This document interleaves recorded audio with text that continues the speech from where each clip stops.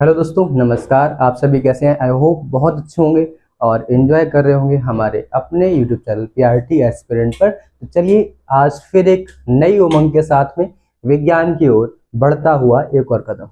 तो जैसा कि अभी हमने अपनी पहले की क्लासों में सीखा हुआ था कि किस प्रकार से हमने गति को समझा और गति किस कारण से आती है, वह जो कारण है, वो जो कारक है, वो हमारा क्या है? बल है।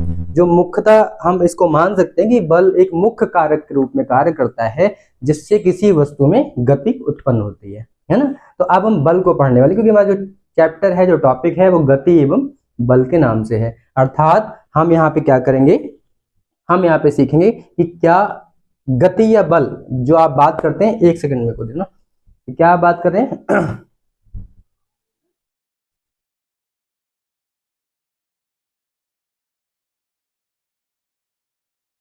ओके फाइन, चलो। सो हम स्टार्ट क्या कर रहे थे कि क्या ये बल क्या है ना। तो पहले हम बात करेंगे आखिर में बल होता क्या है। तो आप अगर रियल लाइफ एग्जांपल में बात करें या देखें, तो अगर आप बात करते कि ये बल क्या है, तो इसको आप जरा समझने का प्रयास करें थोड़ा सा। कि जैसे कि ये कोई वस्तु है, ठीक है, ये अभी ऐसे रखी हुई है, इस पे हमने इधर से एक कॉज, एक कारक अप्लाई किया। वो कारक क्या हो, यदि ये वस्तु विस्थापित हो जाए, वस्तु चलने लगे, गति में आ जाए, तो ये क्या कहलाएगा? ये कहलाएगा बल। ठीक है, वह कारक जिस कारक की वजह से किसी वस्तु में विस्थापन आए, किसी वस्तु में गति आए, तो वो क्या होती है? उसे हम बल कहते हैं। ठीक है, तो हम बल को सिंपली डिफाइन इस तरीके से कर सकते हैं कि जैसे कोई हमारी एक सरफेस है ना, कोई सतह है, वहां पर क्या है? एक वस्तु रखी हुई है। ठीक है, एक वस्तु रखी हुई है। अब ये वस्तु यहां से यहां तक आएगी, यानी कि इस पर एक कोई कारक लगेगा। ये जो कारक है, इसको आप पुश और पुल, है ना, इसको आप पुश और पुल इंग्लिश में कहते हैं। मतलब इसको कह सकते हो आपकी धक्का देना या फिर खींचना, है ना। पुश करना, धक्का देना या खींचना, पुश और पुल। तो वो जो कारक है, वो कारक इस वस्तु को कहां पे लाएगा? इस वस्तु को यहां पे शिफ्ट कर देगा। आ रही बात समझ में? तो ये एक्स डिस्प्लेसमेंट कर दिया, मान लिया। ठीक है, तो ये वस्तु यहां से यहां पहुंच गई। अभी इसकी कंडीशन जो थी वो ए कंडीशन पे थी, फिर ये कहां पहुंच गया? ए डैश पे पहुंच गया। मतलब कि जिस कारक की वजह से ये वस्तु विस्थापित हो गई, और जब विस्थापित हुई तो इसका मतलब बीच में इसमें क्या है? गति आई होगी, है ना। तो गति की वजह से, मतलब गति किस कारण से आ रही है किसी वस्तु में, उसी कारक को हम क्या कहते हैं? बल कहते हैं। ठीक है, तो हम क्या बोलेंगे कि परिभाषा अगर जब इसकी लिखेंगे तो हम बल को क्या बोलेंगे? बल, यानी कि इसको इंग्लिश में कहते हैं फोर्स, है ना। क्या बोलते हैं? फोर्स। तो इसको क्या लिखेंगे कि किसी वस्तु में किसी वस्तु में गति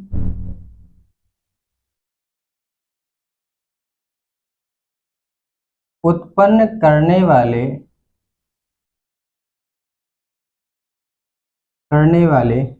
कारक को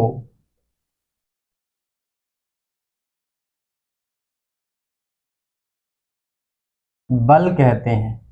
मतलब जिस वस्तु में, कोई वस्तु है, उस पे आपने कुछ ऐसा कारक अप्लाई किया जिस कारक की वजह से वो वस्तु क्या हो गई? विस्थापित हो गई या गति में आ गई, तो उसे आप क्या कहोगे? उसे आप बल कहोगे, उसे बल कहते हैं। ठीक है, या इसकी अथवा में एक और ऑप्शन लिख सकते हो, तो इंग्लिश में बोलते हैं कि पुश और pull. If be applied push और pull on any body, that is known as the force. ना, फोर्स क्या है? कि किसी वस्तु पर लगाया गया दाब, या उसको दाब मत बोलो, उसको बोलो कि दबाव, है ना, कि उसको खींचना और क्या करना? धक्का देना। तो क्या कहते हैं? बल वह धक्का या खिंचाव है जो एक वस्तु को दूसरी वस्तु पर क्या कर रहे हैं? दूसरी वस्तु पर विस्थापित कर रहा है। जैसे एक ये वस्तु है और ये सतह है, ये भी कोई ना कोई वस्तु तो मानेंगे, तो इस पे क्या कर रहा है? ये विस्थापित कर रहा है। ठीक है, तो आप ये कह सकते हो कि बल वह खिंचाव है जिस कारण से कोई वस्तु किसी वस्तु पर विस्थापित होती है या किसी सतह पर विस्थापित होती है। तो ये भी लिख सकते हो, या सिंपल से लिख दो अथवा करके। एक मैं सिंपल सी आपको परिभाषा बता रहा हूं, चाहे आप ऊपर लिखना चाहे ये लिखना, है ना, कि बल क्या है? किसी वस्तु पर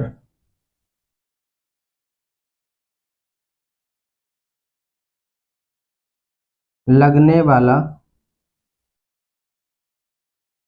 धक्का एवं खिंचाव। धक्का मतलब पुश है ना, पुश एवं पुल, और बात है ना, पुश एवं पुल है ना, पुश और पुल, धक्का एवं खिंचाव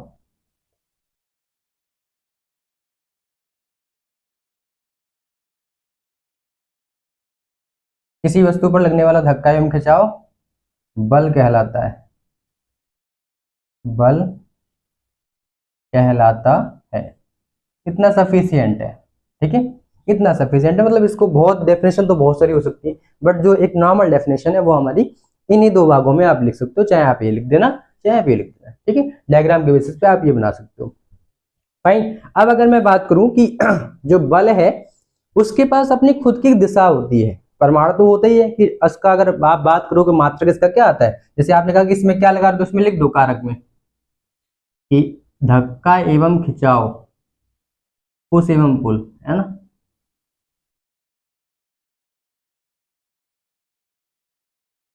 ठीक, तो अगर चाहो तो ऐसे बना दो कि बल,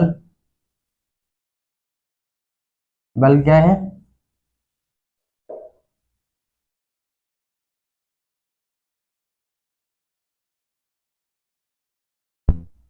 कारक जिसके कारण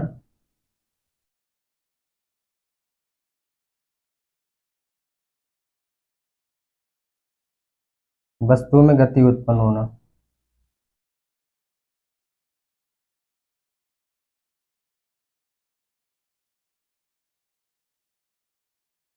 उत्पन्न होना, ठीक है।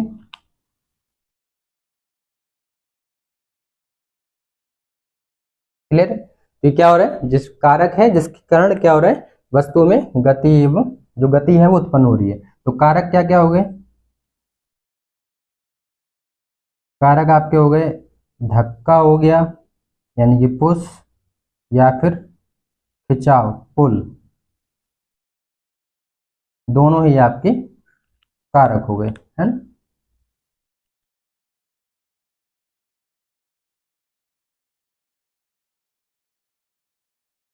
ठीक है, समझ गए। तो ये आप इसको यहां से मत करो, इसको ऐसे कर दो, ये जो कारक टर्म्स लिखा है इसको ऐसे बना के और डिफाइन कर दो। आ रही बात समझ में, ठीक है। तो आप उदाहरण में क्या कर लिख सकते हो, उदाहरण में आप लिख सकते हो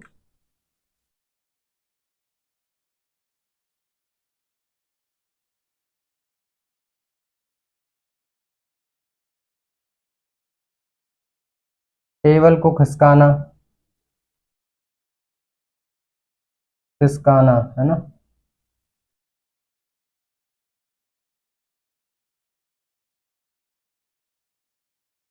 गेंद को फेंकना,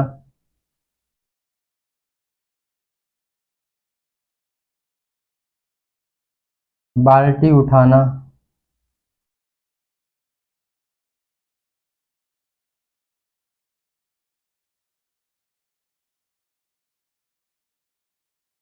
कुएं से पानी खींचना,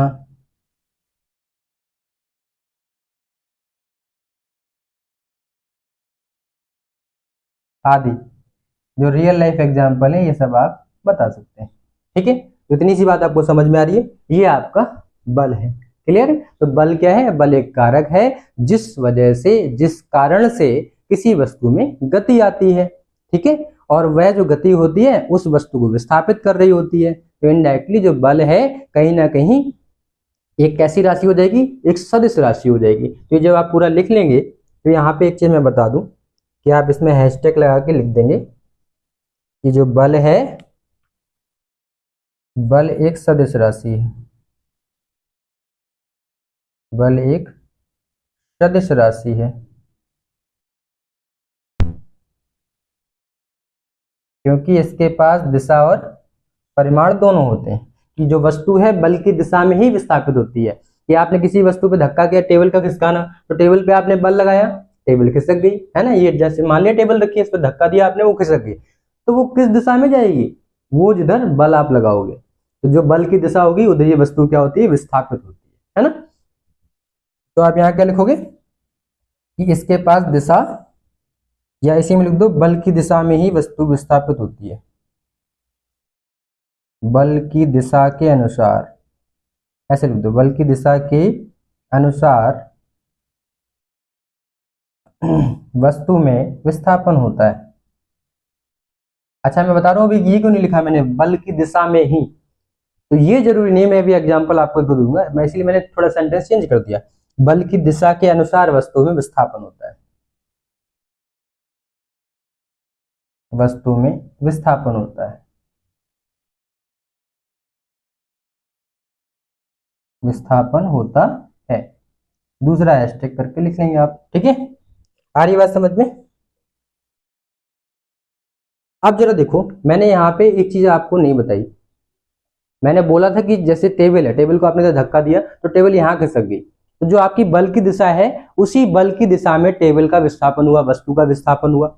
लेकिन इस सब जगह अप्लाई नहीं होता है। जैसे आप स्प्रिंग को देखो, स्प्रिंग पे आपने बल लगाया, ठीक है, जैसे आप छोड़ोगे तो उसका विस्थापन जस्ट विपरीत दिशा में होगा, लेकिन जिस समय आप बल लगा रहे थे उस समय वो वस्तु बल की दिशा में विस्थापित हो रही थी, ठीक है। इसके बाद जब आपने बल हटाया तो वो रिस्टोरिंग फोर्स की वजह से उसका विस्थापन जस्ट अपोजिट हुआ, ठीक है। तो ऐसे बहुत सारे लॉजिकल आपको आंसर मिलेंगे जिसमें बल की दिशा के विपरीत भी वस्तु का विस्थापन होता है। तो ये डिपेंडेंसी जरूरी नहीं है जिस दिशा में बल लगे। जैसे आपने देखा होगा जब आप वजन उठाते हो, ठीक है, तो आपने देखा होगा कि जैसे मैं भी गांव से बिलोंग करता हूं, तो मैंने देखा था कि जैसे सुबह सुबह जब उसमें गाय भैंस जो होती है उनका गोबर वगैरह उठाते हैं, तो उसको तसले में रख के बड़े से उसमें ऊपर रख के ले जाते हैं। अब देखो जिस समय ऊपर रखा होता है, तो जिस समय हमने उसको नीचे से उठाया उस समय बल की दिशा भी ऊपर की तरफ, फोर्स लगाया ऊपर की तरफ, और वो उसका विस्थापन भी ऊपर की तरफ हुआ। लेकिन जैसे हमने यहां जाके रखा तो अब दिशा किधर हो गई, ऊपर की तरफ। आप बल लगा रहे हो ऊपर की तरफ, लेकिन आपका विस्थापन कैसे हो रहा है, सीधे। तो वस्तु चल ऐसे रही है, विस्थापन कहाँ लगा रहे हो, मतलब जो बल की दिशा है वो आगे है और जो विस्थापन है वो ऐसे। इसका मतलब विस्थापन ऐसे, बल की दिशा ऐसे, दोनों के बीच में क्या हो गया, परपेंडिकुलर हो गया, लंबवत हो गए, यानी कि दोनों के बीच में एंगल कितना हो गया, 90 डिग्री का। तो इधर बल की दिशा में विस्थापन नहीं हो रहा। वही मैं बोल रहा हूं कि ये जो विस्थापन है बल की दिशा के अनुसार वस्तु में विस्थापन होता है, मतलब ये डिपेंडेंसी है कि कैसे हमने बल लगाया है। तो ये थोड़ा चेंजमेंट होता रहता है, इसलिए मैंने सेंटेंस को यहाँ पे चेंज कर दिया। क्लियर है? तो ये आपने बल के बारे में सीखा। क्लियर? अब मैं थोड़ा इसको इरेज कर रहा हूं और इसके थोड़े मात्रक के बारे में देख लूं। तो आपने लिख लिया होगा दोनों परिभाषाएं। क्लियर है? ये दोनों परिभाषाएं हैं भाई, चाहे आप ये लिख देना या फिर आप ये लिख देना, एक ही बात है। क्लियर है? आगे चला जाए, चलो। तो आपको पता है कि जो बल है वो सर्वप्रथम किसने दिया, किसने दिया भाई, न्यूटन साहब ने दिया, है ना। और न्यूटन साहब ने, आपको मैंने बताया था इसके पिछले लेक्चर में, है ना, कि न्यूटन साहब ने जब बताया तो उन्होंने गति का द्वितीय नियम दिया, वहां से F बराबर ma निकल के आया। ठीक है, तो जो F बराबर ma है, m इंटू ए, ये आपका इसका बल का सूत्र है। ठीक है, ये F का इसका जो मात्रक होता है, अगर आप SI मात्रक की बात करोगे, SI मात्रक, तो इसका जो SI मात्रक होता है वो होता है न्यूटन, है ना, सिंबल होता है कैपिटल N। ठीक है, और अगर इसके हिसाब से आप मात्रक की बात करो तो m का हो गया द्रव्यमान, द्रव्यमान मतलब किलोग्राम। ठीक है, गुणे ये है त्वरण, त्वरण का होता है, क्या होता है त्वरण का, वेलोसिटी अपॉन टाइम, यानी कि displacement upon time square. Displacement का हो गया मीटर और टाइम का हो गया सेकंड का स्क्वायर।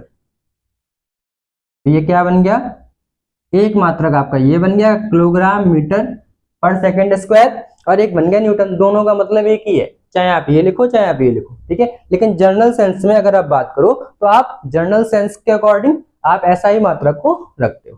फाइन, तो अगर आप जर्नल सेंस की बात करते हो तो आप न्यूटन को अप्लाई करते हो, बट अगर आपको SI फॉर्मेट में लिखना ही है तो आप किलोग्राम इंटू मीटर पर सेकंड स्क्वायर की बात करते हो। क्लियर है? तो इतनी बात क्लियर हो चुकी, आप समझ गए होंगे, है ना। तो यहाँ पे जो सूत्र है और जो मात्रक है वो हमने दोनों ही लिख दिए। तो आपको यहाँ लिखना क्या है कि वो तो आपने लिख दिया था, तो ये आपका फॉर्मूला हो गया, ये आपका SI मात्रक हो गया। इसको आप फटाक से नोट कर लो। और एक चीज और रहेगी, अगर हम बात करें, ये तो SI या MKS हो गया, SI या फिर MKS, है ना, SI या MKS मात्रक हो गया। अगर मैं CGS में मात्रक की बात करूं इसकी, तो बल की CGS जो मात्रक है, बल का CGS मात्रक क्या है, डाइन है।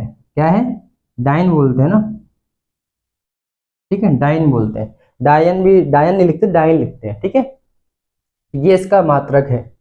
और आपको एक चीज और बता दूं कि 1 न्यूटन इक्वल टू 10⁵ डाइन होता है,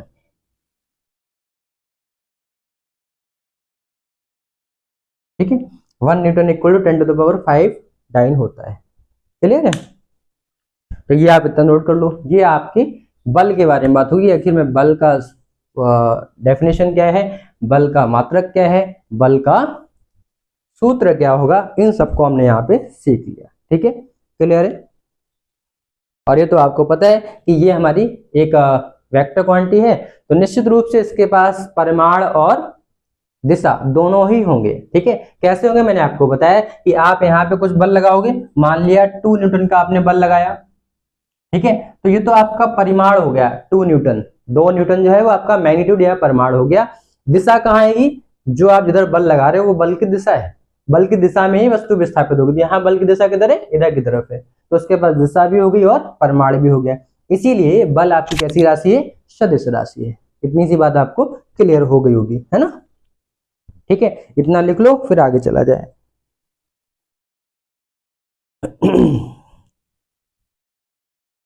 फटाक से नोट कर लो।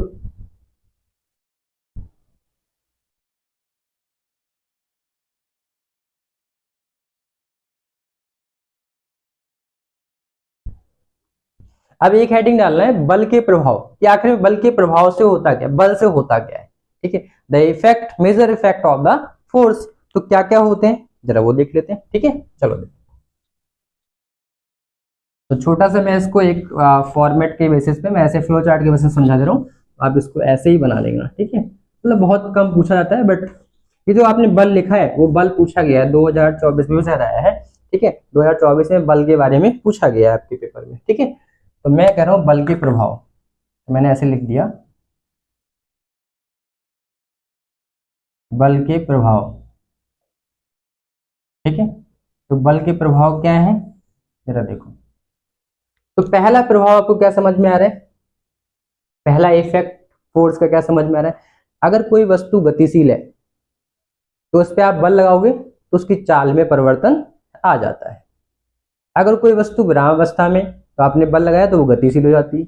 यानी कि गिनी चुनी बात में हम बात करें कि उसकी चाल में परिवर्तन हो जाता है। अगर वो रुका है तो उसकी चाल 0 है, वो चलने लगेगी, है ना। अगर आपने बल लगाया, अगर वो चल रही है, उसकी मान ली जो चाल है वो 5 मीटर प्रति सेकंड है, तो उसकी और बढ़ जाएगी। या आपने बल लगाया तो रुक जाएगा, कम हो जाएगा, कुल मिला के चाल में परिवर्तन आता है। तो पहला आप प्रभाव लिख दोगे, वस्तु की चाल में परिवर्तन, वस्तु की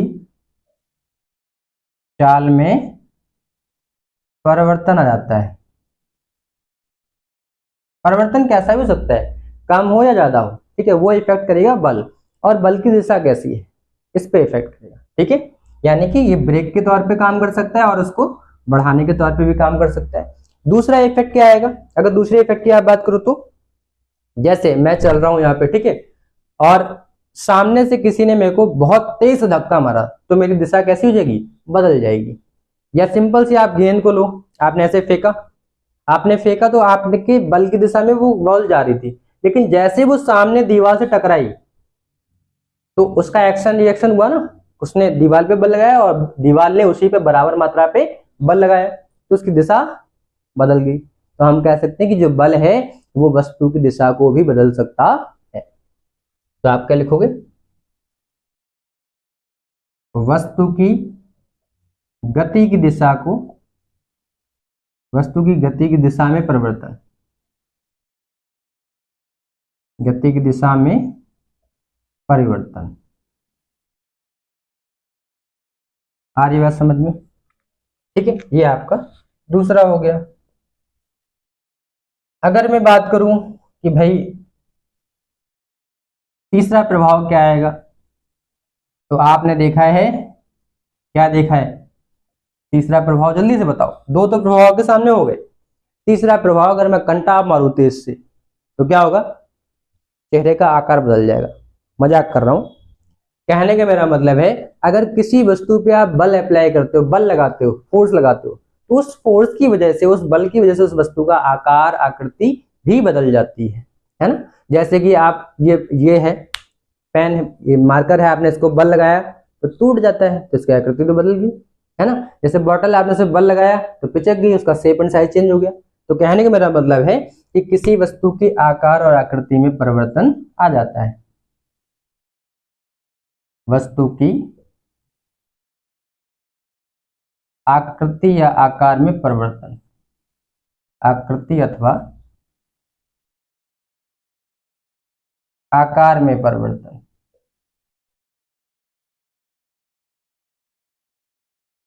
ठीक है।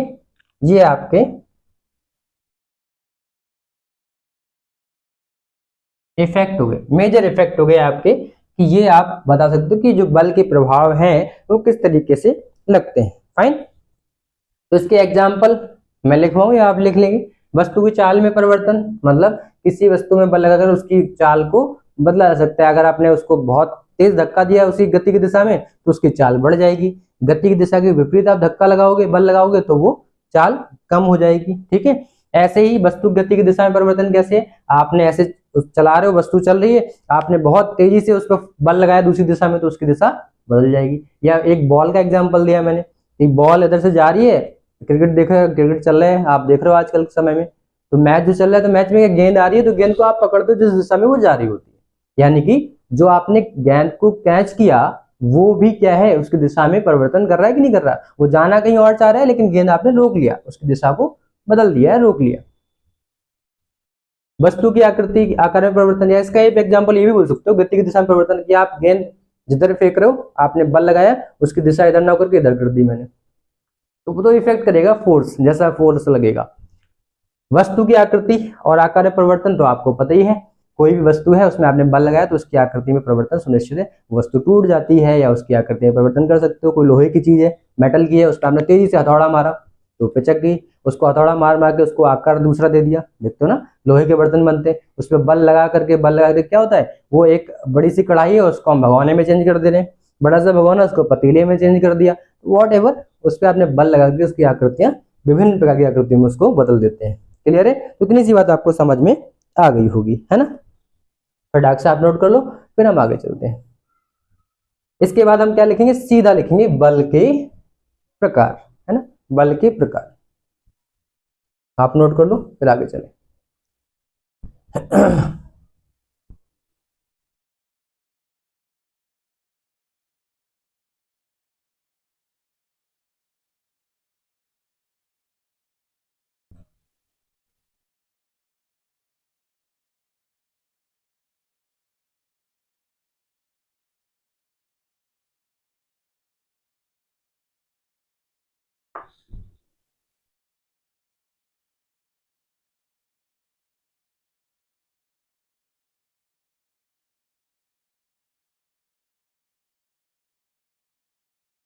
चले चलो, अब क्या है, बल के प्रकार क्या क्या है सभी को पता है।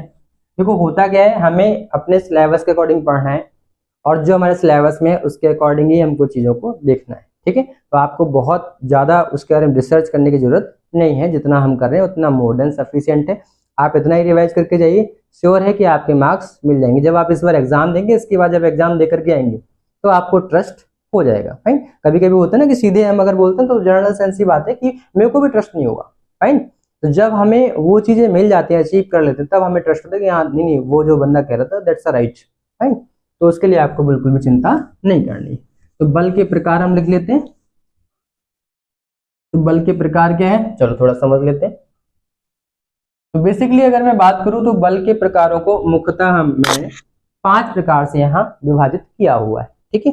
तो मैं यहाँ सीधे लिख रहा हूं बल,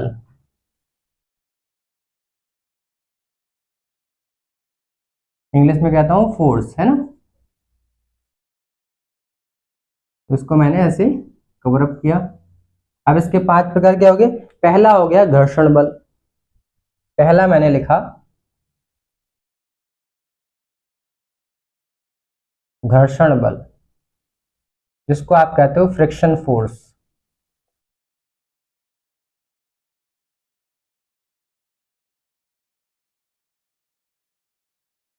दूसरा आप क्या बोल रहे हो, दूसरा आप बोलते हो पेशीय बल, मस्कुलर फोर्स, है ना।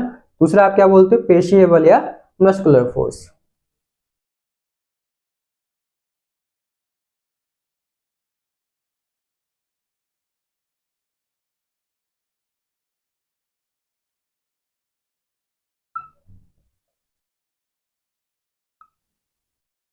इसके बाद क्या हो गया, आप घर्षण बल हो गया, आपका पेशीय बल हो गया, इसके बाद आपका गुरुत्वीय बल या गुरुत्वाकर्षण बल। तीसरा आप क्या नाम दे दोगे, गुरुत्वीय बल, गुरुत्वीय या गुरुत्वाकर्षण।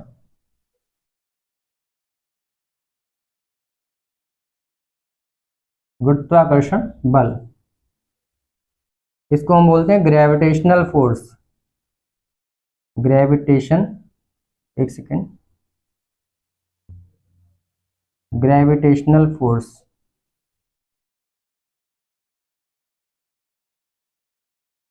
ठीक है। इसके बाद एक चौथा फोर्स आता है, जिसको आप क्या नाम देते हो ग्रेविटेशन के बाद, चुंबकीय बल, मैग्नेटिक फोर्स।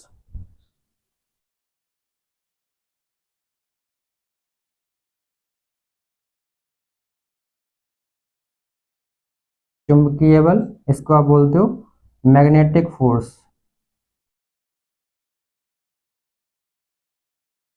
ठीक है। और पांचवा प्रकार का जो बल है उसे आप बोलते हो, आप सब जानते हो, एक बल बच रहा है, कौन सा है वो, विद्युत बल, यानी कि उसको आप बोलते हो विद्युतीय बल, यानी कि इलेक्ट्रिकल फोर्स, उसको आप इलेक्ट्रिक फोर्स भी बोल सकते हो। क्या आ गया, विद्युतीय बल, जिसके बिना हम आजकल के जीवन को संभव नहीं मानते हैं। विद्युतीय बल, इसको बोलते हैं इलेक्ट्रिक फोर्स। ठीक है, इलेक्ट्रिक फोर्स। आ रही बात समझ में। तो that's a 5 type of the forces जो कि हमारे सिलेबस में है। नाउ इसकी हम स्टडी करते हैं थोड़ा सा, केवल परिभाषा के तौर पे। इसके बारे में बहुत चीजें नहीं पूछी गई, इसके बारे में केवल नॉर्मल परिभाषाओं के रूप में से पूछा गया।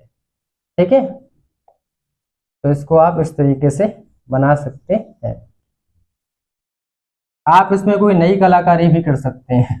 ठीक है, जैसे मेरी एक कलाकारी है, तो आप इसको नई कलाकारी का भी रूप दे सकते हैं। ठीक है, आ रही बात समझ में। ठीक, तो ये आपके प्रकार आपको देखने को मिल रहे हैं, जो कि पहला क्या हो गया, पहला आपका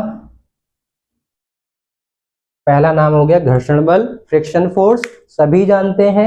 जब हम चलते हैं तो चलिए थोड़ा सा डिस्कशन कर लेते हैं, इसके बाद इसकी परिभाषाओं पे आते हैं। और बहुत आसान परिभाषा है, बस हमें परिभाषाओं के तौर पे चीजें पढ़नी, हमें एग्जाम्पल समझ में आने चाहिए और उसकी क्या परिभाषा होती है ये समझ में आना चाहिए। इसके अलावा चीजें बहुत ज्यादा पूछी नहीं जाती हैं। लेकिन ये घर्षण बल जो स्टार्टिंग में, पेशीय बल, दो चीजें अभी तक थोड़ा सा पीएनपी अकॉर्डिंग बहुत फेमस रहे हैं। 2016 में आया, 2017 में आया, 2019 में आया ये वाला पोर्शन। इसके बाद ये वाला 2016 में क्वेश्चन पूछा गया कि पेशीय बल क्या होता है। ये क्वेश्चंस कहीं ना कहीं आपको इस पूरे बल के जो प्रकार हैं उनसे आपको देखने को मिल जाते हैं। सिंपल, वो आपको केवल परिभाषा लिखनी है और उसके उदाहरण, या पूछ लिया जाए कि इसका उदाहरण क्या है, कोई दो उदाहरण बताइए, कोई एक उदाहरण बताइए, तो ऐसे आपसे पूछ लिया जाएगा। तो बड़ा आसान सा होता है। कुल मिलाकर के मेरा कहने का मतलब है कि आप अगर इसको थोड़ा सा समझ लेते हैं, और सबको ही पता है, इसमें कुछ नया नहीं है ना, लेकिन फिर भी थोड़ा सा एक बार रिकॉल कर लेते हैं। तो पहले मैं बात करता हूँ घर्षण बल की। फ्रिक्शन फोर्स क्या होता है जरा समझो। तो आप देख रहे हो कि जब भी दो सतह, जैसे ये सतह है, ये एक सतह है और दूसरी सतह मेरी ये हथेली है, जब मैं इसको ऊपर वाले को आगे की तरफ बढ़ाऊंगा तो दोनों सतह के बीच में एक फोर्स आता है, उसको कहते हैं फ्रिक्शन फोर्स, जो क्या करता है, इस ऊपर वाली सतह को रोकने का प्रयास करता है, बढ़ने नहीं दे। अगर आप हल्का सा लगाओ हथेली को और हल्का सा फोर्स लगाओ तो देखोगे ये आगे वाली हथेली को बढ़ने नहीं दे रहा, ऊपर वाली को। नीचे वाली हथेली क्या कर रही है, इस पे एक फोर्स अप्लाई कर रही है, जिसको हम कहते हैं फ्रिक्शन फोर्स। यानी कि दो सतहों के मध्य जब गति होती है तो उन सतहों के मध्य एक बल आरोपित होता है, और वो जो बल होता है उसको कहते हैं फ्रिक्शन फोर्स, है ना। इसको हम आसानी से पढ़ेंगे और इसके बहुत सारे एग्जाम्पल है। हम चल रहे हैं, हम जमीन पे इसीलिए चल पा रहे हैं क्योंकि घर्षण बल है। अगर नहीं होता तो हम स्लिप कर जाते, रपट जाते और धुनकते रहते पूरे पृथ्वी पे। अब पृथ्वी पे फ्रिक्शन फोर्स लग रहा है, फ्रिक्शन बल लग रहा है, इसलिए हम चल पा रहे हैं। ठीक है, तो फ्रिक्शन फोर्स लगने की वजह से हम मूव कर पाते हैं। जहां फ्रिक्शन कम होता है वहां हम स्लिप कर जाते हैं, फिसल गए, चोट लग गई, है ना, गिर पड़े। फाइन, तो बहुत सारे एग्जांपल है। कोई जैसे नॉर्मल सी अगर आप बात करो, ये साइकिल चल रही है तो वो फ्रिक्शन फोर्स की वजह से, जब उसे फ्रिक्शन फोर्स कम लगने लगता है तो कहते हैं ना टायर में खांचे बनाए जाते हैं। क्यों? ताकि फ्रिक्शन फोर्स डेवलप हो सके। अगर फ्रिक्शन फोर्स नहीं लगेगा तो वो जो साइकिल का मोशन है, जो पहियों का मोशन है, वो प्रॉपर अच्छे से नहीं होगा। अब वो स्लिप करने लगेगा, ब्रेक नहीं लगेगा, है ना, रुकेगी नहीं साइकिल या गाड़ी जो भी है। तो वो टायर में फ्रिक्शन क्रिएट करने के लिए हम खांचे बनाते हैं, ताकि उसमें उसके और सड़क के बीच में, जो सड़क पे चल रही है, वहां पे बहुत आसानी से फ्रिक्शन बल लग सके, फ्रिक्शन फोर्स लग पाए। ठीक है, तो इसको कह रहे हैं घर्षण बल। दूसरा क्या है? पेशीय बल। जैसे आप कोई चीज उठाते हो, इसमें कौन सा बल लग रहा है? आपकी पेशियों का बल लग रहा है, जिसको हम कह रहे हैं मस्कुलर फोर्स, है ना। यानी कि जब हम अपनी पेशियों के द्वारा किसी वस्तु पर बल आरोपित करते हैं तो उसे आप पेशीय बल कहते हो। आप टेबल को उठा रहे हो, आप किसी वजन को उठा के चल रहे हो, आप बैग लेके चल रहे हो, इस सब का सब क्या है? पेशीय बल का उदाहरण है। आप फुटबॉल को तेजी से मारते हो तो आपने पैर से मारा बहुत तेजी से, वॉलीबॉल को आप ऐसे हाथ से मारते हो, तो ये सबका सब क्या है? पेशीय बल का उदाहरण है। ठीक है, जब हमारी पेशियों के द्वारा किसी वस्तु पर बल आरोपित होता है तो उसे हम पेशीय बल कहते हैं। बहुत आसान है, कुछ टफ भी नहीं है। जैसा मैं बोल रहा हूं बस वही परिभाषा आपको लिखनी है और सिंपल से एग्जांपल लिख देने। ठीक है, आगे क्या है? गुरुत्वीय बल। सभी को पता है, इसके बिना हम ही आज एग्जिस्ट नहीं कर पाते। कि मैं खड़े होकर के आपको पढ़ा रहा हूं, हम सब बैठ के आराम से पढ़ रहे हैं, तो पृथ्वी हम पर एक बल आरोपित कर रही है। वो बल गुरुत्व है, छुपा हुआ है। गुरुत्व मतलब छुपा हुआ, वो हमें दिख नहीं रहा है, तो इसलिए गुरुत्वीय बल मतलब जो गुरुत्व मतलब छुपा हुआ, ऐसा बल जो पृथ्वी हम सभी वस्तुओं पर आरोपित कर रही है, उसे पृथ्वी का गुरुत्वाकर्षण बल कहते हैं। और ऐसे ही संपूर्ण ब्रह्मांड में हर एक जो पिंड है, जो वस्तु है, वो कुछ ना कुछ एक बल आरोपित कर रही है किसी पे, और वो सारे के सारे कैसे हैं? खुद के उसके गुरुत्वाकर्षण बल है या गुरुत्वीय बल है। ठीक है, तो गुरुत्वीय बल का एग्जांपल हो जाएगा पृथ्वी द्वारा हम पर लगाया गया बल, या पृथ्वी और सूर्य के मध्य लगने वाला बल, तो वो भी उसका वो सूर्य का गुरुत्वाकर्षण बल है। तो सूर्य आरोपित कर रहा है किस पे? पृथ्वी पे। सूर्य पृथ्वी पर ये बल लगा रहा है, तो वो सूर्य का गुरुत्वाकर्षण बल है। तो हर एक पिंड का अपना खुद का एक गुरुत्वाकर्षण बल होता है। पृथ्वी हमें अपनी तरफ खींचे तो ये भी गुरुत्वाकर्षण बल है। ठीक है, तो ग्रेविटेशनल फोर्स, बात समझ में आ रही है।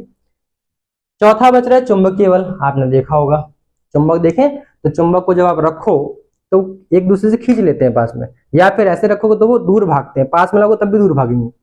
तो चुंबकीय बल लगता है। नहीं, चुंबकीय पदार्थी, जो चुंबकीय पदार्थ होते हैं या ऐसे पदार्थ जिनमें चुंबकीय गुण हो, तो वो दूसरे पदार्थों को अट्रैक्ट करेंगे, खींचेंगे, या फिर उसको रेपल करेंगे, दूर भगाएंगे। तो इसको हम कहते हैं चुंबकीय बल। ठीक है, और वो सिंपल सा एग्जांपल आप लिख देना कि चुंबक के द्वारा लोहे की कीलों को खींच लेना। ठीक है, या आपने देखा होगा कि जब आप सोलेनॉइड बनाते हो, सोलेनॉइड, तो उसमें जैसे करंट का फ्लक्चुएशन करते हो तो वो सोलेनॉइड जो होती है, जो कील होती है, जो लोहे की कील है, वो घूम जाती है ना, वो मैग्नेट में बदल जाती है। तो आपने देखा होगा, इसको बोलते हैं इलेक्ट्रोमैग्नेट, है ना, विद्युत चुंबक। तो वैद्युत चुंबक क्या होते हैं? बड़े से बड़े जो पोल उठाए जाते हैं, ब्रिजेस होते हैं लोहे के, अब उनको कौन उठाएगा? तो वहां पे इलेक्ट्रोमैग्नेट का यूज करते हैं, ताकि उसका जो इलेक्ट्रोमैग्नेट का जो फोर्स होता है वो काफी हैवी होता है, काफी हैवियर होता है, तो बड़ी आसानी से ब्रिज को उठा के रख देते हैं। ठीक है, नॉर्मल चुंबक की बात वहां पे, ये काम इतना आसान नहीं कि नॉर्मल चुंबक उठा के रख पाए। तो चुंबकीय बल का मतलब है कि पदार्थ के अंदर चुंबकीय गुण हो या फिर कोई चुंबकीय पदार्थ हो, उसके द्वारा एक बल आरोपित होता है। ठीक है, वो बल क्या कहलाता है? चुंबकीय बल कहलाता है। और वो केवल उसी पर लगेगा जो हमारे चुंबकीय पदार्थों गुण को रख सकते हैं। यानी कि ऐसे पदार्थ जैसे ये है, इसमें चुंबकीय गुण आ सकते हैं, ऐसे ऐसे चुंबक जो है इसी पदार्थों को खींचेगा अपनी तरफ, सबको नहीं खींचेगा। ठीक है, यानी कि ऐसे पदार्थ जिनमें भविष्य में चुंबकीय गुण हो सकते हैं, यानी कि उसमें थोड़ा सा परिवर्तन किया जाए तो उसमें चुंबकीय गुण आ सकते हैं। तो ऐसे पदार्थों को चुंबक क्या होता है? अपनी तरफ खींचता है जब उसको हम पास में लाते हैं, तो उसको हम कहते हैं चुंबकीय बल। आ रही बात समझ में? यानी कि मैग्नेटिक फोर्स। लास्ट हमारा बच रहा है विद्युतीय बल। सभी को पता है, जब इलेक्ट्रॉन फ्लोटेशन करता है तो क्या होता है? विद्युत धारा चलती है, करंट आती है, इलेक्ट्रॉन के चलने से हम कहते हैं तार में इलेक्ट्रिक करंट चल रही है, उस इलेक्ट्रिक करंट की वजह से एक बल क्रिएट होता है, एक बल उत्पन्न होता है, उसको हम कहते हैं विद्युतीय बल। यानी कि अब ये बेसिकली होता तो किस लिए कि जो आवेश है, आवेश का खुद का अपना एक क्षेत्र होता है, जो आपने पढ़ा होगा वैद्युत क्षेत्र 12th में। तो आवेश का खुद का अपना एक क्षेत्र है और उस क्षेत्र में कोई भी आवेश आएगा तो उस पर एक बल लगने लगता है, उसको हम कहते हैं विद्युतीय बल। तो जनरल सेंस में अगर मैं बात करूं तो विद्युतीय बल क्या होता है कि जब कोई दो आवेश बहुत कम दूरी पर रखे जाते हैं तो उनके बीच में एक बल लगता है, उसी को हम कहते हैं कूलाम बल। पढ़ा होगा आपने 12th में, वही आपका विद्युतीय बल ही है। ठीक है, उसको इलेक्ट्रोस्टैटिक फोर्स कहते हैं, वो एक इलेक्ट्रिक फोर्स का टाइप ही है, फाइन। लेकिन यहाँ पे आपको जो परिभाषा लिखनी है वो नहीं लिखनी, क्योंकि आप एक 6 स्टैंडर्ड तक के लिए आप पढ़ रहे हो, 1 2 लेकर के 6 है ना, 1 2 3 4 5 6 यहाँ तक क्लास के लिए आप पढ़ रहे हो, जैसे 7 8 मान लो मैक्सिमम, है ना। तो मेरा कहने का मेरा मतलब है कि आप यहाँ पे लिखेंगे जब किसी भी विद्युत धारा के कारण जो बल उत्पन्न होता है, किसी भी पदार्थ में विद्युत धारा के कारण जो बल उत्पन्न होता है उसे हम विद्युतीय बल कहते हैं। ठीक है, जैसे कि आप देखते हो कि आपने एग्जाम बचपन में बहुत सारे एक्सपेरिमेंट किया होगा, आपने एक स्केल ली, पटरी है ना, कैसी प्लास्टिक वाली, आपने बालों से रगड़ा, रगड़ने के बाद में यहाँ कागज के टुकड़े बिखेर दिए, उसके पास में तो कागज के टुकड़े क्या होते हैं, उसे चिपकने लगते हैं, है ना। और आपने देखा, आपने ये भी किया होगा, जब कागज को एक लंबी सी लाइन बना दी, है ना, एक कतार बना दी, इसकी लाइन बना दी कागज के टुकड़ों की, तो ये सब एक्सपेरिमेंट जो थे वो विद्युतीय बल के कारण ही होते थे। बट वहां हमें वो खेल लगता था, लेकिन वो रियलिटी क्या था, आपका इलेक्ट्रिक फोर्स का एग्जाम्पल हुआ करता था। तो इतनी बात आपको समझ में आ रही है, यहां तक आपको समझ में आ रही है। यहाँ के बाद अगर आपको कुछ डाउट लग रहा है तो मेरे से आप पूछें। क्लियर है? ठीक है, तो आज के लिए हम इतना ही रखते हैं। ठीक है, तो अगर आप चाहें तो डेफिनेशन मेरे को लगता है आप लिख लेंगे, समझ तो गए होंगे। ठीक है, डेफिनेशन लिख लीजिएगा। क्लियर है? जो मैंने बोला है वैसे लिखना है, और नहीं लिखना है तो मैं दोबारा से लिखा दूंगा। ठीक है, तो आज के लिए इतने रखते हैं, कल फिर मिलते हैं। Thank you.